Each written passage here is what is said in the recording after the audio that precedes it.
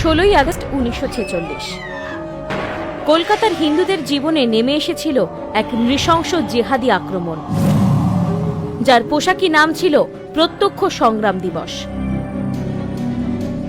যা বাংলার ইতিহাসে অন্যতম বৃহৎ হিন্দু গণহত্যা। 1946 সালে অবিভক্ত বাংলায় মুসলিম লীগের নেতৃত্বে শুরু হয় গ্রেট ক্যালকাটা কিলিং।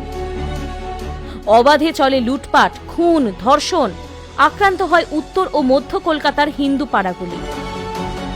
সেদিন হিন্দুদের রক্ষাকর্তা হয়ে দাঁড়িয়েছিলেন গোপাল পাঠা।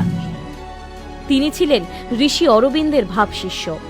স্থানীয় হিন্দু যুবকদের নিয়ে তৈরি করেন স্বতঃস্ফূর্ত প্রতিরোধ বাহিনী। তেমন কোনো অস্ত্র ছিল না তাদের। মার্কিন সেনাদের থেকে জোগাড় করা সামান্য কিছু আগ্নেয়াস্ত্র নিয়ে ঝাঁপিয়ে পড়েন তারা।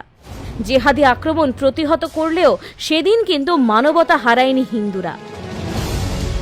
কোনো শিশু বা মা বোনের গায়ে হাত তোলা ছিল নিষিদ্ধ।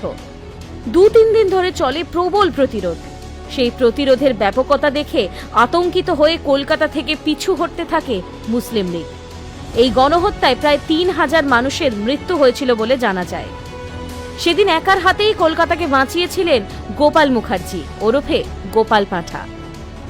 প্রবাদ হয়ে গিয়েছে, গোপাল ছিলেন বলে টালা ট্যাঙ্ক আছে, শিয়ালদা স্টেশন আছে, আপনি আমি রয়েছি।